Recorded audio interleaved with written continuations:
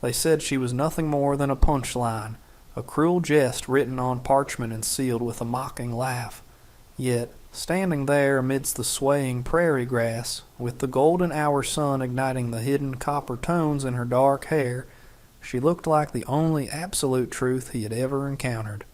Before she became the queen of his vast cattle lands, before she was the woman who held his battered heart in hands that were both gentle and calloused, Lynn was considered refuse. She was the shadow lingering in the corners of crowded rooms, the subject of whispers behind silk fans, the girl whose dowry was shame, and whose future was a question mark that no one cared to punctuate. If you had told the rough residents of Ironwood Ridge that the territory's most profound love story would sprout from a malicious prank played on a solitary rancher, they would have howled with laughter. But true love, the kind that endures droughts and blizzards, often begins in the mud long before it reaches for the stars. The path to this moment had begun months earlier in the suffocating humidity of a San Francisco boarding house. Leanne sat on the edge of a narrow, sagging cot, her hands clasped so tightly in her lap that her knuckles turned white. The walls were paper thin, allowing the sharp, transactional voice of her uncle to bleed through. He was negotiating her future as if she were a sack of spoiled grain left out in the rain. They called her the Marked One because of the birthmark that stained her left cheek, a splash of dark pigment that the superstitious matchmakers claimed was an omen of bad fortune. At 24, she was considered ancient by the standards of her community, a burden that consumed rice and occupied space. When the letter arrived from the frontier, requesting a sturdy, practical wife for a rancher living too deep in the wilds to court properly, her uncle hadn't seen a chance for her happiness. He'd seen a chance to take out the trash. Leanne remembered the burning sensation of tears she refused to let fall when her cousin, a girl with flawless porcelain skin and a venomous tongue, had giggled while packing Leanne's meager trunk. They had sent a portrait to the rancher, but it wasn't of Lynn. It was a painting of her younger, conventionally beautiful sister, a deception calculated to ensure the rancher would pay the train fare. It was the ultimate humiliation. They were shipping the ugly girl to a man expecting a beauty, setting her up for a rejection that would leave her stranded in the unforgiving wilderness. As she boarded the train, clutching a small satchel containing her only treasures, a mother-of-pearl comb and a battered book of ancient verses, Lynn felt a hollowness in her chest. She was traveling hundreds of miles to a man who would likely take one look at her face and cast her to the wolves. The rhythmic clacking of the train wheels against the iron tracks seemed to chant a mantra of her own insecurity. Unwanted, unwanted, unwanted. She watched the landscape shift from the cluttered, foggy city to the rolling, endless green of the frontier spring, her heart heavy with the dread of the inevitable reveal. The station at Ironwood Ridge was nothing more than a raised wooden platform, floating in a sea of churning mud and new spring grass.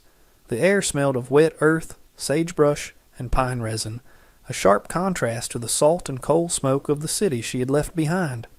Leanne stood beside her trunk, the wind whipping stray strands of black hair across her face, stinging her eyes. She pulled her scarf tighter, attempting to obscure the mark on her cheek, though she knew in her heart it was futile.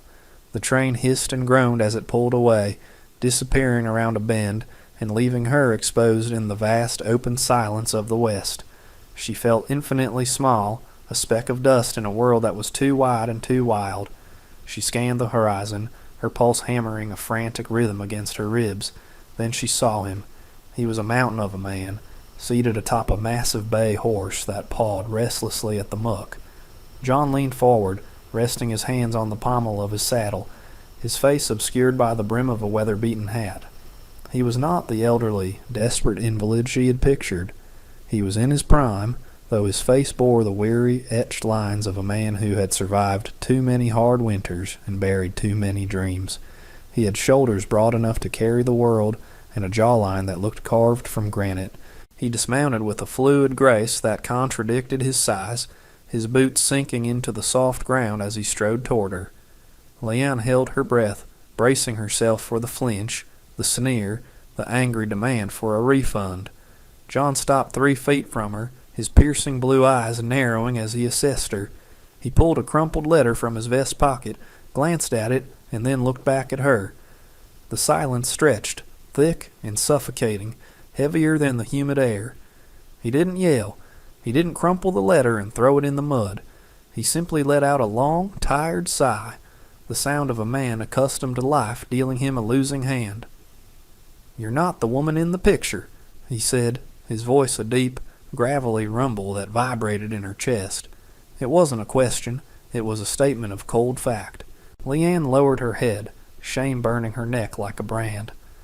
"No," she whispered, her voice barely audible over the whistling wind. "I am not. My uncle. It was a trick." She waited for the explosion, for the rage. Instead, John just rubbed the back of his neck, looking past her at the empty tracks. "Well," he said finally, his tone devoid of warmth, but also lacking cruelty.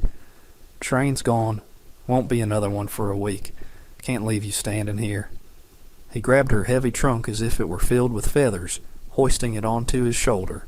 "Let's go." The wagon ride to the ranch was an exercise in agonizing silence. Leanne sat stiffly on the wooden bench, her hands white-knuckled as she gripped the side rail. The landscape was breathtaking, rolling plains of emerald green dotted with the vibrant purples and yellows of spring wildflowers, framed by distant snow-capped peaks, but Leanne could hardly see it through the haze of her own anxiety. Every jolt in the road sent a shock through her spine, mirroring the jarring reality of her situation. She stole covert glances at John. He drove with a steady, practiced hand, his eyes fixed on the horizon. He seemed entirely self-contained, a fortress with no doors. She wondered what he was thinking. Was he calculating the cost to send her back? Was he seething with silent anger? John, for his part, was not angry, merely resigned. He had needed help, someone to manage the house, to cook, to help him keep the encroaching darkness at bay. He had sent for a wife because it was the practical thing to do, not because he harbored any illusions of romance. The deception with the picture annoyed him, yes, but looking at the woman beside him, he felt a strange pang of pity. She looked terrified, trembling like a trapped bird. He noticed her hands. They were red and chapped, not the soft hands of a pampered parlor doll. She had worked. That was something. And the scar on her face? He barely registered it after the initial surprise. He had scars of his own, mostly on the inside where no one could see them. They turned off the main road onto a rutted track that led toward a cluster of buildings nestled in a valley. The ranch house was large but neglected, the paint peeling like dead skin, and the porch sagging on the left side. Weeds grew tall around the steps, fighting for dominance with the struggling, choked garden. It was a place that lacked a woman's touch, a place that screamed of loneliness. As the wagon came to a halt, a small figure darted out from behind the barn and then quickly retreated. John stiffened slightly. "That's Daisy," he said gruffly, climbing down. "My niece. She don't talk much. Don't expect her to." Leanne climbed down, her legs shaking from the ride and the fear. She looked toward the barn and saw a small face peering out from the shadows, a little girl with tangled hair and wide, fearful eyes. Instinctively, Leanne's expression softened. She forgot her own fear for a second, offering a small, sad smile to the child. John saw the exchange, saw the way Leanne's face transform when she looked at the girl, and for the first time, he wondered if maybe this mistake wasn't a total catastrophe after all. The interior of the house was a testament to bachelorhood and grief. Dust motes danced in the shafts of late afternoon sunlight that pierced through grime-streaked windows. Piles of unwashed laundry occupied the armchairs, and the kitchen table was cluttered with old newspapers and dirty dishes. It smelled of stale coffee, wood smoke, and deep neglect. John carried her trunk into a small spare room off the kitchen. "You sleep here?" he said, setting it down. "I'm down the hall." He paused at the door, his hand on the frame, looking uncomfortable. I respect a woman's space. You're here to work the house, mostly, until we figure out what to do." He left before she could respond, the heavy thud of his boots retreating down the hallway. Leon stood in the center of the small room. It was sparse, a narrow iron bed, a chipped wash basin, and a chest of drawers, but it was clean, or at least cleaner than the rest of the house. She went to the door and found a sturdy lock. She stared at it for a long moment, then left it unlocked. If he had wanted to hurt her, he could have done so miles ago on the empty road. She trusted his indifference more than she trusted false kindness. She unpacked her few belongings, placing the book of poetry on the nightstand. It felt like an anchor in a storm. That night she lay awake listening to the sounds of the old house settling, the creak of timbers, the wind sighing through the eaves like a lost spirit. She heard John pacing in the main room, a rhythmic, restless sound. She thought of the little girl, Daisy, whom she hadn't seen since they arrived, a child who didn't speak, a man who didn't smile, and a woman who wasn't wanted. They were a trio of broken things, thrown together by a cruel joke. Yet as she pulled the quilt tighter around her shoulders, Leanne felt a spark of something that wasn't quite hope, but was perhaps determination. She was here. She had a roof over her head, and she had hands that knew how to work. If she was to be sent back, she would leave this place better than she found it. She would not be a ghost in this house. She would be a force. Morning arrived with a pale, washed-out light and the chatter of scrub jays. Leanne rose before the sun, dressing quickly in her simple cotton work dress. She tied her hair back severely, exposing the marks she usually tried to hide. There was no point in vanity here. She went to the kitchen and assessed the damage. It took her an hour to scrub the table and the stove. Heating water on the fire she coaxed to life. She found a sack of flour, some eggs, and a slab of cured bacon. By the time John walked into the kitchen, rubbing sleep from his eyes, the smell of fresh biscuits and frying bacon filled the air, chasing away the stale odor of the past. He stopped in the doorway, stunned. The table was set. The floor was swept. Leanne stood by the stove, turning the bacon with a fork. She looked up, her expression guarded. "Breakfast?" she said simply. John sat down slowly, as if afraid the vision would vanish. He took a bite of a biscuit, hot and flaky, and closed his eyes. It had been years since he'd woken up to a hot meal he didn't have to cook himself. He looked at Leanne, really looked at her, seeing the strength in her spine and the capability in her hands. "Thank you," he rumbled. It was a small offering, but it was a start. The first week fell into a rhythm that was as exhausting as it was predictable. Leanne waged war on the grime of the house, scrubbing floors until her knees bruised and her hands grew raw. She washed curtains that hadn't seen water in a decade, hanging them on the line where they snapped in the crisp spring breeze like flags of surrender. She cooked stews with whatever she could find in the pantry, using herbs she found growing wild near the creek to add flavor to the bland supplies. John was gone before dawn and returned after dark, smelling of horses and sweat. They spoke little, their conversations limited to the necessities of the household. "We need more flour. The fence in the north pasture is down. Supper is ready." But there were cracks in the wall of silence. One afternoon, Leanne was in the yard, attempting to stake up some tomato plants that had been trampled by a stray dog. A neighbor, a man named Barlow, with a sneer etched permanently onto his face, rode up to the fence. He laughed when he saw her, spitting tobacco juice onto the clean laundry she had just hung. "So this is the mail-order bride?" he called out, his voice dripping with malice. "Gin must be desperate, taking in damaged goods like you. Heard you was a joke sent from the city." Leanne froze, her hands clenching the garden hoe.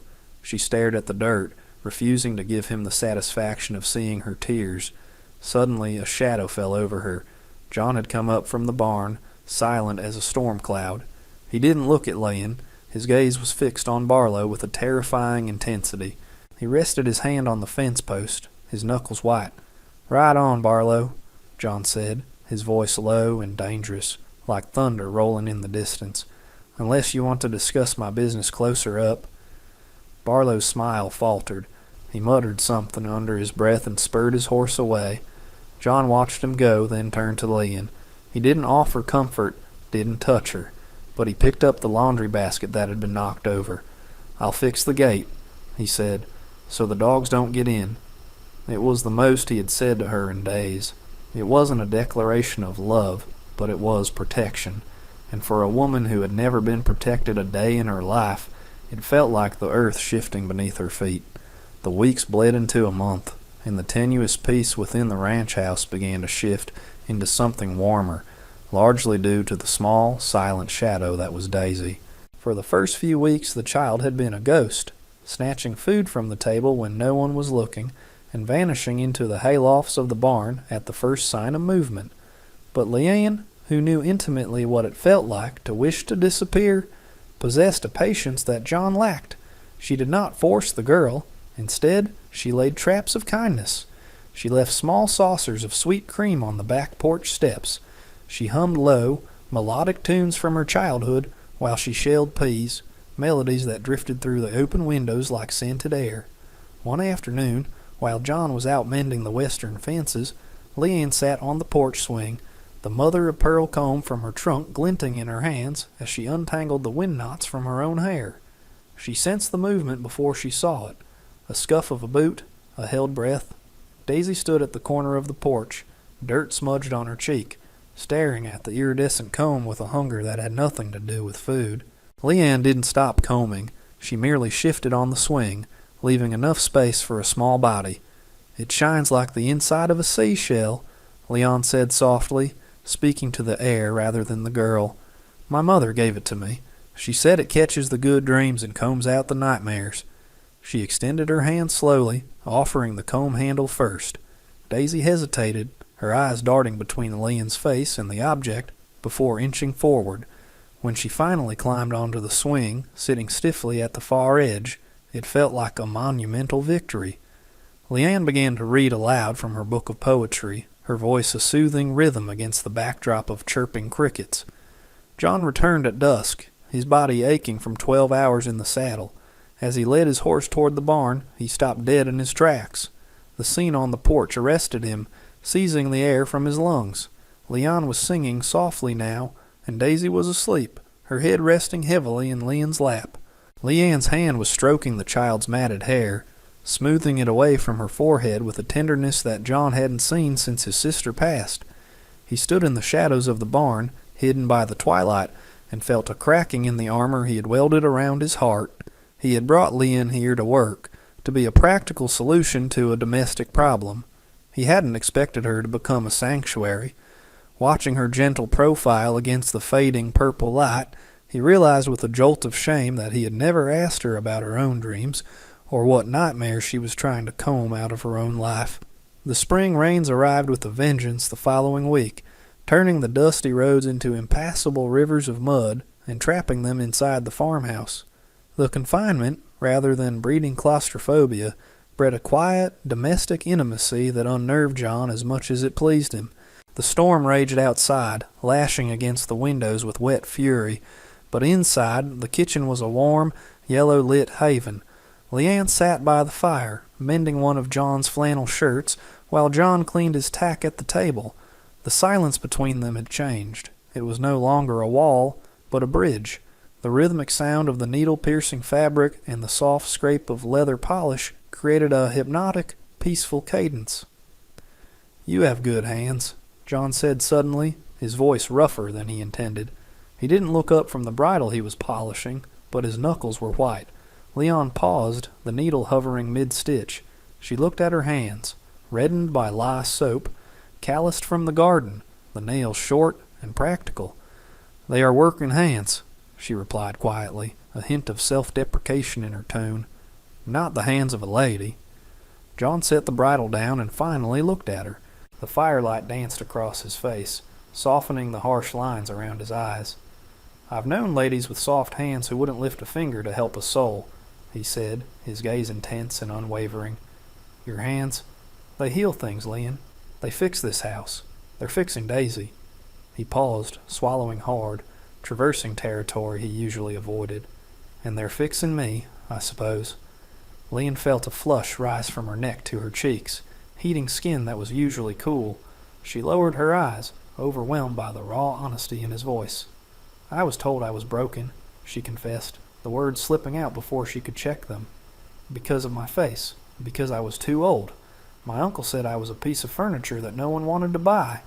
She touched the birthmark on her cheek instinctively. John stood up then, the chair scraping loudly against the wood floor.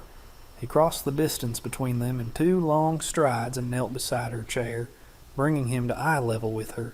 He reached out, his large, rough hand hesitating for a fraction of a second before gently taking her hand away from her face. "He was a fool," John whispered, his thumb grazing the dark skin of her birthmark with a reverence that made her breath hitch. "He didn't see you. I see you, Leanne, and everything I see is right." The air between them crackled, charged with the electricity of the storm outside and the unspoken desires inside, a moment of vulnerability that knit their souls closer than any marriage contract could have. The truest test of their budding alliance came not from the elements, but from the town. It was the monthly market day in Ironwood Ridge, a necessary evil for supplies. Leanne had tried to excuse herself, terror tightening her chest at the thought of the stairs, but John had insisted. "You're part of this ranch," he had said, not as a command, but as an inclusion. "We go together." The ride into town was tense. Leanne wore her best dress, a simple navy cotton that she had starched until it was crisp, but she felt exposed. As they guided the wagon down the main thoroughfare, heads turned. Whispers rippled through the crowd like wind through dry wheat. The women, gathered in tight circles outside the general store, made no effort to lower their voices. "That's the one," a woman with a pinched face hissed to her companion. "The mail order joke.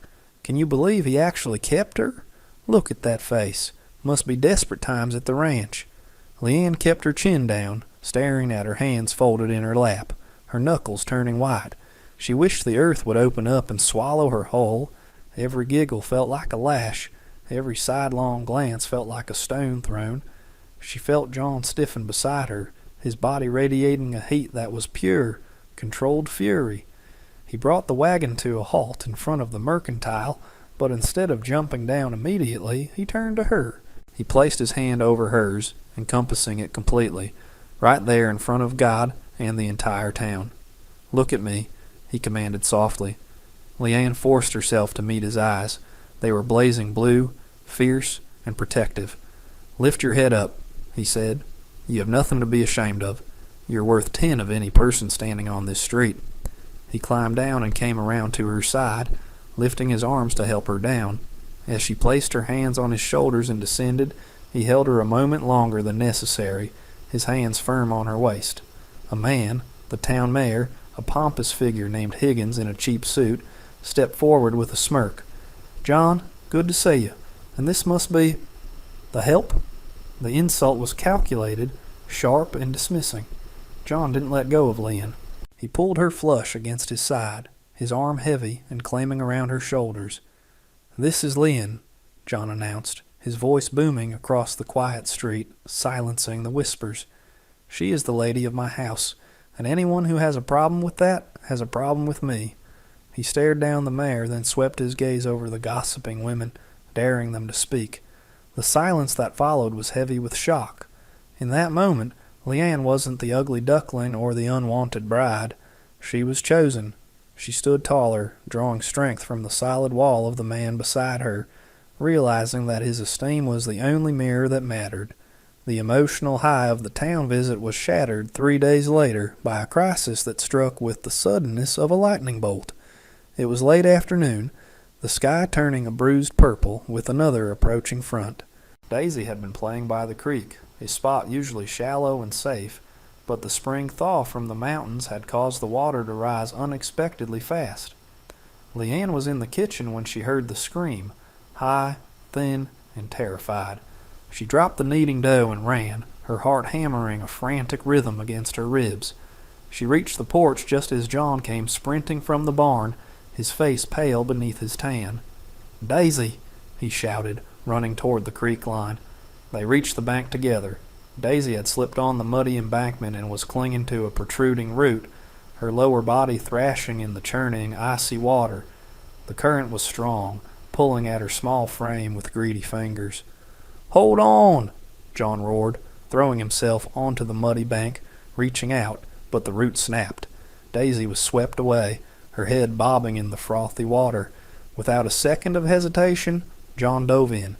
The shock of the cold water took his breath, but he fought the current, swimming with powerful strokes toward the small pink dress disappearing downstream. Leanne didn't freeze. Panic tried to seize her, but she shoved it down into a cold, hard place in her gut. She ran along the bank, her eyes scanning the water, looking for a place where the current eddied. She saw a fallen log jutting out further down. She scrambled over rocks and through briars that tore at her dress and skin, ignoring the pain. She climbed onto the slick log just as John, holding a sputtering Daisy, was slammed against a rock by the force of the water. He was struggling, the weight of his boots and the child dragging him down. "John!" Leanne screamed. She lay flat on the log, extending her arm as far as she could. "Grab my hand." John, gasping for air, saw her. He pushed Daisy toward her. Leanne grabbed the back of the girl's dress, hauling her up with a strength she didn't know she possessed, dragging her onto the safety of the log. Then she reached back for John, their hands locked, his freezing and wet, hers scraped and bleeding. She pulled, leveraging her weight, and he found his footing, scrambling up onto the bank, collapsing beside her in the mud. They lay there in a tangle of limbs, gasping, shivering, the adrenaline crashing through them.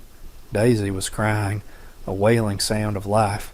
John pulled both Leanne and Daisy into his chest, burying his face in Leanne's wet hair. "I thought I lost you," he choked out, and he wasn't just talking about the child. "I thought I lost you both." The aftermath of the near tragedy was a quiet, profound shift in the very foundation of their lives. That evening, after Daisy was bathed, soothed with warm milk, and tucked into bed with Leanne's poetry book under her pillow, the house was silent. But it was a different kind of silence than the one Leon had first encountered. It wasn't empty. It was full. It was the silence of peace after a battle. Leanne sat by the fire, her hair drying in waves over her shoulders, wrapped in a quilt. John stood by the mantel, watching the flames. He turned to her, his expression solemn, stripping away the last of his defenses. He walked over and sat on the rug at her feet, taking her hands in his. The difference in their positions, him looking up at her, spoke volumes. "When you came here," John began, his voice low and steady, "I thought I was doing a practical thing. I thought my heart was dead, buried in the ground with the past. I didn't want a wife. I wanted a housekeeper." He paused, his thumbs tracing the pulse at her wrists. "But today, when I saw you in that water, when I saw you save us, I realized that if you weren't here, this house would just be wood and stone. You are the fire in the hearth, Leanne. You are the only thing that makes this life worth living." Leanne looked at him, tears spilling over her lashes, washing away the last remnants of the girl who believed she was unwanted. "I thought I was a joke," she whispered, "a mistake sent to punish you." "You were the greatest gift I never deserved," John replied. He reached into his pocket and pulled out a simple ring. It wasn't gold. It was silver, polished to a high shine, fashioned from a coin he must have worked on in secret hours. "I don't have a family ring to give you, but I have my name, and I have my heart, and I have this ranch. I want you to have all of it, not as a mail-order bride, but as my wife, my real wife." He slipped the ring onto her finger. It fit perfectly. Outside, the spring peepers sang in the darkness, a chorus of new beginnings. Leon looked at the ring, then at the scar on her cheek, then at the man who looked at her as if she were the sun rising over the mountains. She smiled, and for the first time in her life she felt beautiful. "Yes," she said, leaning down to press her forehead against his. "Yes." And in the quiet of the ranch house, surrounded by the vast, wild territory, two lonely souls finally found their way home.